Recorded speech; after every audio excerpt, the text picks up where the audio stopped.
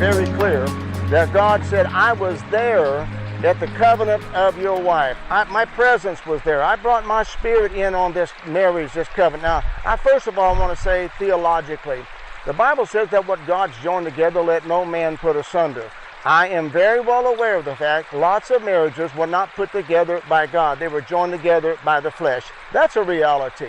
It's a simple reality. It's a problem, as a matter of fact, because it's an Ishmael, which is a work of the flesh, not a work of the spirit.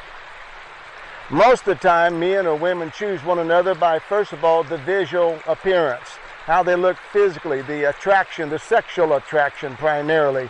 And that's how they choose their mates, based upon first order body, second order soul, hardly ever think about the spirit man.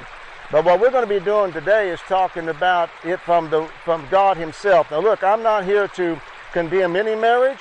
I'm not saying your marriage is not of God. I'm not saying your marriage wasn't born of Jesus Christ.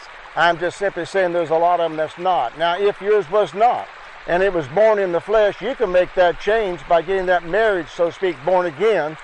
And the way you do that is both of you get on your knees before Jesus Christ and proclaim his lordship over your marriage, and he can, whatsoever is born of God, overcometh the world. It didn't say whosoever, it said whatsoever.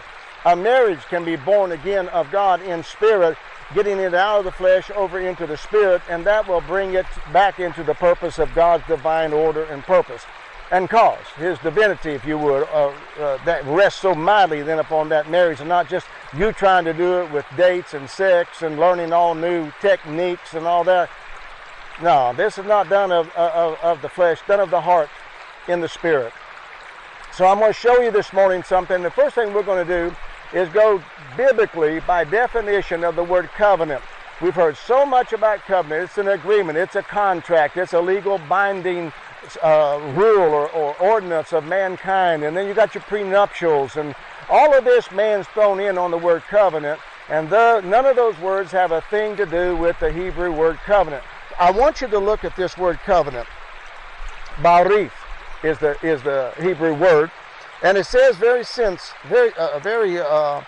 simple in the sense of cutting. This is a cutting. If you would, this is a cutting between something. This is a separating of something.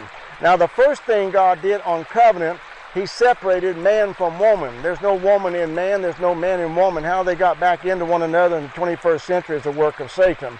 But when God took woman out of man, there's no longer any woman in man. And if he took woman out of man, I don't have to get in touch with my feminine side, because she's not there unless I touch my wife. There's no feminine side in me. There's no malakos male in me. So on the flip side, if he took woman out, then there's no man in woman. There's no woman in man. And Satan bringing all this stuff up now to confuse humanity, and just a bunch of junk. So God made a clear, distinct cut. This word cut comes from another root word. Barith comes from another root word, bara. And that word bara means to select a cut, not just make a cut, but to select a cut.